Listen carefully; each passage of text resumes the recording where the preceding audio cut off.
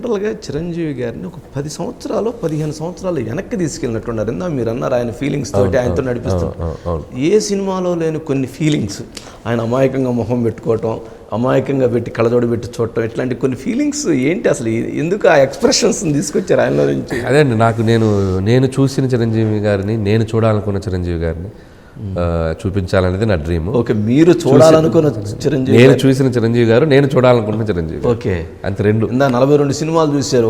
అవును, అట్లా అలాంటి సినిమాల్లో నుంచి మీరు ఊహించుకుంటా వచ్చినటువంటి, సో ఇప్పుడున్న సిచ్యువేషన్స్కి, ఇప్పుడున్న ట్రెండీగా ఎలా చేయగలం అన్నది. ఓకే, మొత్తానికి ఇండస్ట్రీలో ఇప్పుడున్నటువంటి దీంట్లో ఒక 4 సినిమాలో 3 సినిమాలో వస్తూ ఉన్నాయి. ఏంటి ఇటువంటి కాంపిటీషన్ దీంట్లో ఎట్లా ఫీల్ అవుతున్నారు? ఏమన్నా కాంపిటీషన్ అంటే సంక్రాంతికి ఎప్పుడు ఒక 3-4 సినిమాలు ఉంటాయండి. సో 3-4 సినిమాలు అంటే సంక్రాంతి కూడా తీసుకుంటుంది. కాకపోతే at the end of the day competition అప్పుడు ఎవరి కంటెంట్ ఆడియన్స్కి నచ్చితే జడ్జిలు వాళ్ళే కాబట్టి మేము ఎంత పోటీ పడినా, మేమెంత రంకెలేసినా, మేమెంత అరిచినా, సో ఫైనల్గా జడ్జిమెంట్ ఇవ్వాల్సింది ఆడియన్స్. సో వాళ్ళు చూసి వాళ్ళ ప్రయారిటీస్ వాళ్ళకు ఉంటాయి.